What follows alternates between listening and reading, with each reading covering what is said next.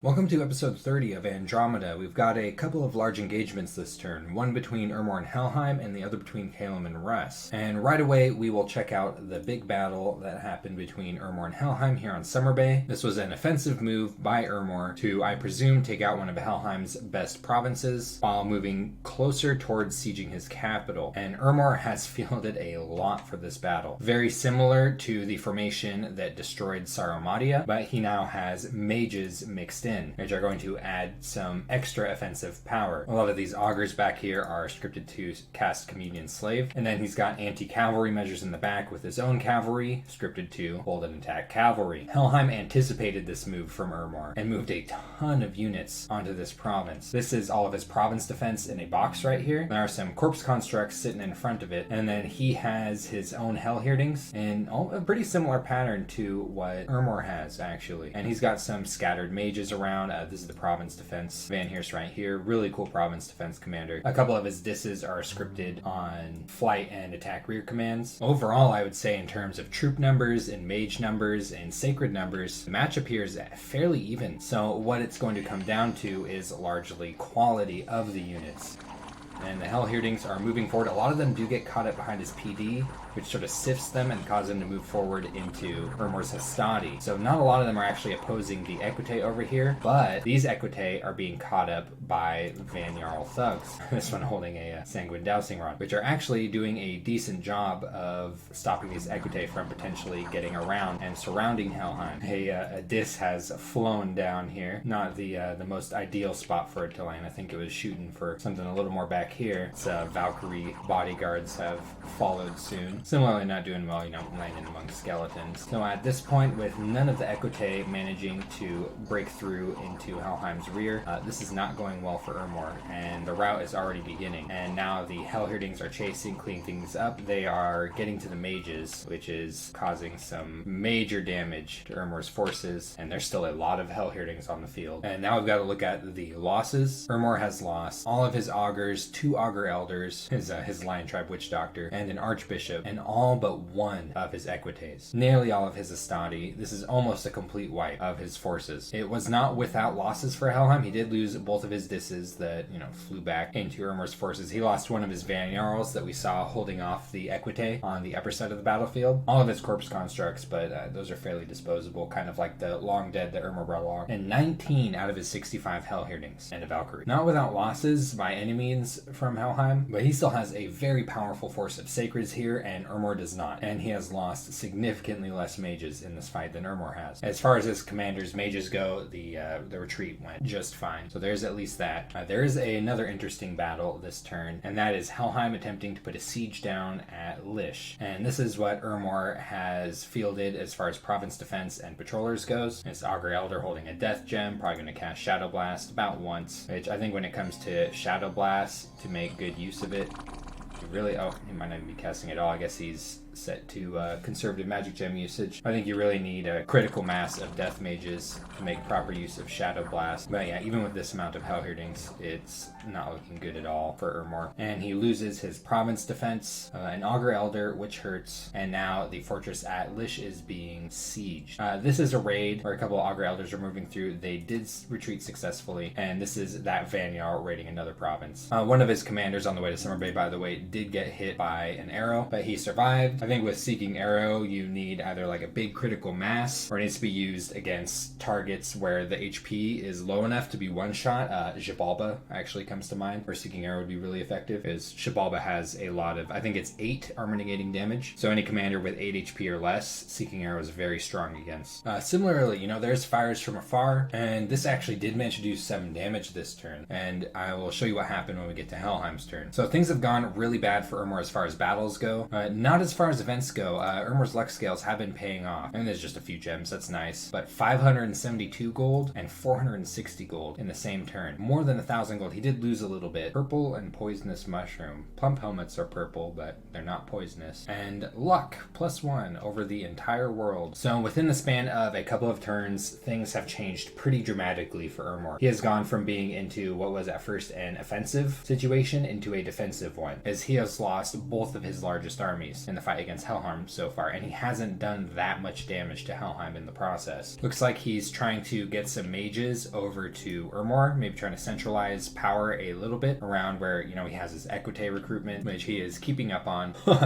Awesome. Recruiting a bunch of Hydra hatchlings on Saramatia's capital. This is cool. Did Helheim have poison resistance on his bless? I can't remember. Let's see. He's got 10 PR, so they're not going to be too effective, unfortunately, against Helheim's units. Still a really cool thing to see. I'm not really sure what Urmor is going to do about this side of his territory. Over here, he has enough forts and presence to get some defense going, but, you know, the barbarians sieging Tricia here really hurts. Now Lish is being besieged. He does have Sarumatia, but how long is this going to last? He's trying, though. Right now, what I think Urmor really needs is an ally, and that is a hard thing to come by, given what's going on between Calum and Russ right now, given what's going on between Russ and Henom right now, and I'm not sure if, after what happened earlier, if Atlantis is really too keen on continuing invasions of Helheim. Oh dang, he's moving a lot of mages into this province right here, maybe to prevent Helheim from taking it out with a smaller raiding party. You have to commit a decent amount of Hellhirdings to do anything about it. He's going to try to break the siege at Lish next turn. It's kind of hard to tell. I thought maybe at first he'd be trying to do a retreat with these to try and get away with some of them, maybe over to Bogatin. He might be thinking that Helheim is moving some units off of the province. He has them all way up forward so that Helheim's units will be in range of these attacks, including this assassin that's going to be spamming combustion. Might just be trying to do damage, really. Maybe riding off the mages here in Lish and just trying to do damage to Helheim. Well, we'll see how things go next turn. I think this battle here at Summer Bay was very important in determining how this war plays out.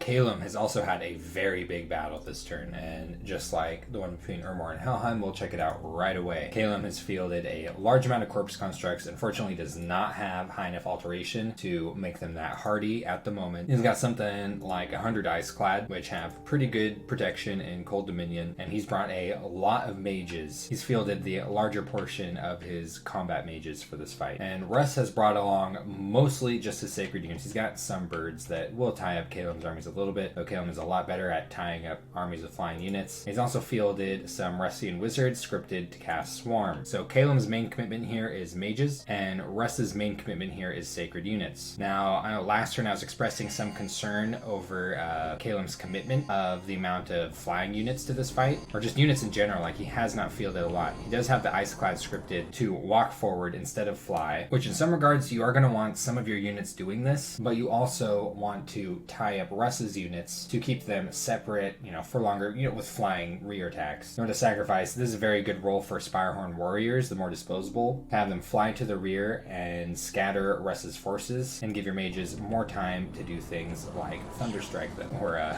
Gifts from Heaven them, which his Adepts of the Iron Order are doing. Now, the regeneration is making it really difficult to break through these Sacred's defenses, and Calum's running out of units. This was my main concern here when it comes to the amount of units that he was committing to this. He needs a lot of units to hold off these extremely powerful Sacreds, and suddenly there's bears at his mage line.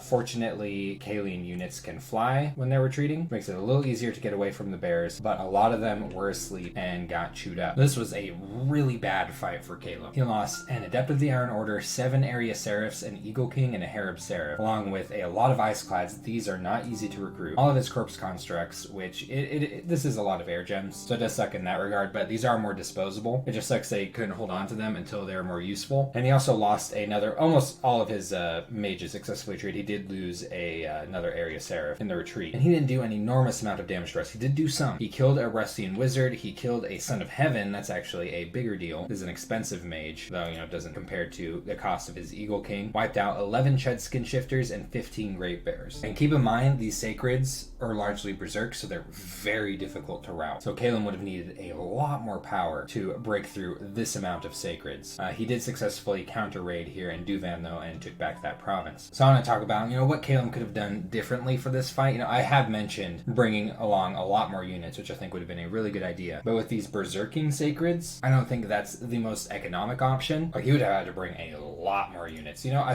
think leaving these behind definitely wasn't the greatest, and maybe if he had brought along these and a lot of Spirehorn warriors, this fight might have gone differently. You know, have Spirehorn warriors like in big groups on attack rear commands. But I think what it really comes down to is that maybe this fight was taken a little bit too early. Getting higher conjuration alteration might have been a good. It looks like he's thinking that now too. Looks like he's thinking alteration 4, maybe for Curse of Stones, and then is moving up conjuration. Having air elementals for that fight could have made an enormous difference. Even just having lesser air elementals could have done a lot. Though we also would have needed to field a few more mages for that if they were the lesser air elementals. But Eagle Kings spamming large air elementals could be doing a lot of damage in fights like this. There's also the prospect of getting some Horde of Skeletons going online up the enchantment tree, and he lost a lot of research time moving this army around trying to catch one of Russ's armies, one of his smaller ones. But this is by no means over for Caleb. He's still holding a lot of power, like most of his power from that army. Units aren't anywhere near as important as these mages that he has here, and he has most of them still intact, and more are on the way. His mage recruitment is a lot better than Russ's. Where this army didn't do so well, it could probably pretty easily wipe out this army that has been pillaging up here. So there is that to consider. That's why defeating in detail is so important with Caleb. A lot of times when you run up against your opponent's doom stack, things don't go too well, but when you start attacking their split forces, you can pick things off while doing tons of economic damage with smaller raiding parties of birds. Kim also has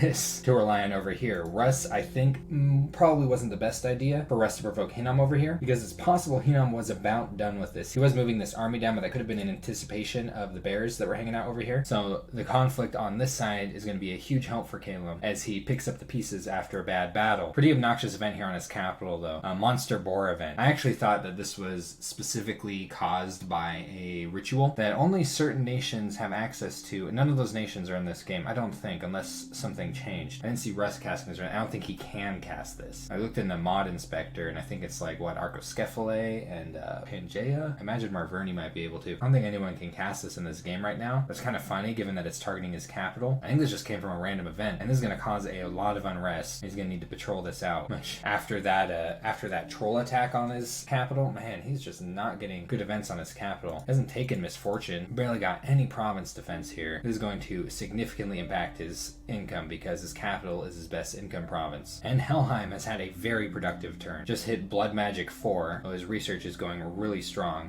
This is pretty unfortunate for Helheim, actually. I've been talking poorly of Fires from Afar, and honestly, my opinion of it in this context still isn't that great, but you do have to give it credit for taking out a Hangedrot this turn. That's a 410 gold mage right there. That's one of Helheim's capital only extremely expensive mages. So Urmor has had some success with it. This, by the way, was just a scout ping from Urmor, which I think lends to the idea that Urmor was planning on attempting to besiege Helheim's capital. He found a magic site with arcane probing, one of the last acts of this diseased sage. A mountain crater, pretty good site actually. Any site that gives 2 gems and 2 varieties is very good in my book. And a ghostly army is attacking one of the provinces that Helheim has raided recently. Look at these guys. I wonder what disturbed them from their rest. There's been a lot of war in the area lately. And this is just some province defense from Helheim along with some militia that he has sitting around here. I don't even remember how these militia got here, but there's just a few of them kind of scattered around from some kind of route over here. Will they be enough to stop these ethereal 1 HP units? And it looks like so. These militia have something to brag about. Wow, buddy, you've got a story. And suddenly Helheim does not have a whole lot standing in his way for the invasion of Urmor. Sending a raiding party into Udavania, raiding party into the Mercs, a really big party of Hellherdings into Ministra. Oh man, his prophet's disease. Well, that's a bummer. It's going to be really challenging to do anything about. His Van Jarl is continuing to raid, and a raiding party into Bogatin here. And he is maintaining the siege here on Lish, so he does intend to keep this province. Urmor is going to try to break out of here with some mages next turn. Going to be up against all of this. Might be able to do some damage, especially to all this undead here that Helheim has been having so much trouble keeping alive, or dead dive. And with this Van Jarl that he has empowered, he, surely enough, at Blood 4 is going to be casting Storm Demons every single turn with this thing. So that's pretty cool. We'll have some Storm Demons to check out next turn. Really powerful unit. And looks like he's getting ready to kit out some more Van Jarls for thugging. Losing that Hangedrot does suck. Nice, getting some Svartalfs. Maybe thinking about doing some site searching. His site searching has been decently interrupted by the breakout of this war, which is really unfortunate, because do remember, there's an academy somewhere around here. Man, this guy right here, Reardon, has just been stumbling around all over the place, right? I haven't really seen him do anything. Did he build this over here? I can't remember. But I swear to God, this commander right here has just been wandering. And Russ, I imagine, has had the first good turn in some time. We know about his battles with Calum. We'll go ahead and check out one of his raiding parties against Hinom. Just some birds, some bears, a few skin shifters, and just unremarkable province defense, but might as well. These Blackhawks, I think, must be in the same group as these bears, same squad. Oh, there goes the flying as soon as the rout hits. And his other raid went similarly against the wolf tribe, and he's still pillaging up in Calum's territory. Oh dang, he's gonna try to knock the PD off of this fort up here. And it looks like he's pressing his victory in this battle here at the Towers of Heaven and is moving further into Calum's territory. So we'll be applying some pressure after Calum's initial invasion of him. However, on this side, he is moving a raiding party further into Lithia, but after seeing this, he is turning around. And yeah, these are in the same squad, which explains their behavior. Birds crawling around on the ground. So yeah, he's going to need a much more serious army to deal with what Hinom's bringing down here. This is why I'm kind of surprised of this action over here, because Hinom is super powerful. Look at all those Ami. Making a fire in a jar. This is a temporary gem item. So in every battle, a fire mage is holding this will have a fire gem for the purpose of that battle. And summoning more bears that I imagine he'll be doing for quite some time due to his Mother Oak. Kind of decent amount of astral pearls too. Random bears in random provinces. Too bad he doesn't have a priest leading his province defense. That'd be pretty nice. And Hinom is busy. He's found a couple of magic sites this turn. A stone circle here in Good Old Woods. Woodhenge Druid is not that significant. It is kind of neat that they're stealthy, but Hinom is not starving for raiders. So, and Nature 1 raiders are a little bit janky in the first place. This is the really cool magic site though. Unfortunately, it's on the front lines here. The magic gems, yeah, super nice. This crazy good. This mage is nuts. Now, sure, Hinom has all of these paths. He has all these paths higher than one. What he doesn't have is the Earth Astral cross path. This is a very important cross path. This is how you make crystal gear. This is how you make matrices. This is how you make crystal shields. This is how you make crystal coins. All of these things are important for Hinom. And because he has Astral 2 mages and Earth 2 mages, he can make boosters for an alchemist. Now, that route would require some infrastructure. It would eventually require a lab, but having potential access to the Astral Earth cross path is really nice. It's not something that is easy to come by. He is in fact attaching a couple of Ami to this army. These slingers are a really good addition against the bears. Surprisingly, he's not bringing down his Burn Them All Ami to cast flaming arrows on this thing. Or, I guess it's not that surprising, as the collateral might be worse than the amount of damage these small raiding parties are able to do. I guess I'm just more thinking about if he's going to keep moving with that army into Russ's lands, which, yeah, he could move an Ami further pretty easily. This is pretty sweet, though. We are going to see the best commander in the game fight Russ's raiding party down here solo. So we'll see how that Melkart manages to do.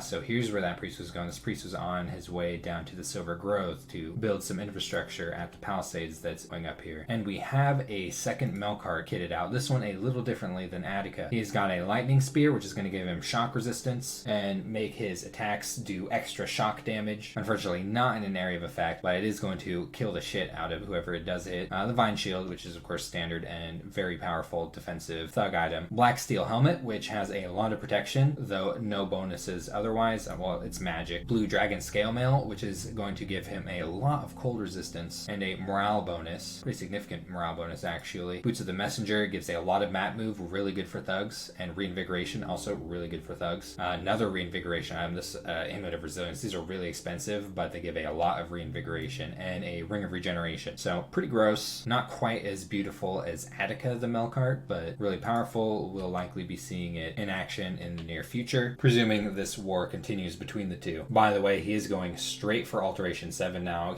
Hinom's getting really scary really fast with this research speed. Alteration 7 is a huge deal. Fog Warriors is really powerful. This mist forms your entire army. Marble Warriors put Stone Skin onto his stuff at very large area of effects. Doom curses entire enemy armies, which makes your units trade out better with them. Mass Protection can bark skin your entire army if you either have a reason to avoid cold resistance, or it'll be a little bit difficult for Marble Warriors to hit everything you have. Creeping Doom is like Super Swarm. Phoenix Pyre will definitely be relevant to some of his Melkarts. There's so much he's getting from getting up to Alteration 7. Definitely one of his most important mid-game research goals. That is going to make him terrifying. And in the world of Atlantis, Ermor is giving Atlantis some information on Helheim, talking about his sages and his really powerful research, and is giving some advice on warring with Helheim water elementals, which, yeah, are definitely relevant to doing some damage against Hellherdings. Properly kitting Basalt Kings could definitely do some damage as well, and acid spells. So yeah, this is actually out pretty good advice from Ermor here. That is presuming Atlantis is willing to enter the fight.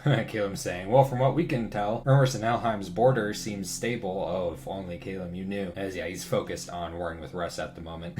Aurelia saw what happened to Shad Foth. Found a magic site here in Hippocampus Fortune. Gorge of glowing fish. That must be pretty. And his pretender awoke this turn. Let's check it out. Yeah, this is pretty much exactly what I presumed based off of his titles and scales. A Nature 5 monolith with recuperation, which is kind of nice in the context of his Basalt Kings, who now recuperate. So if he does start using them as thugs or SCs, they will be a lot more resistant to permanent afflictions. He is preparing to do some scouting of Helheim, so he might be thinking about entering this war, which could help Ermor out. And he's going to start besieging Rilia's capital, but something interesting has happened here, and let's look at it. Ugh, what the? Oh man, this is going to be really annoying for Atlantis to siege down. Though, wait, what the heck? Teleport at Shiny Ocean. Rilia's teleporting this thing onto Atlantis's capital.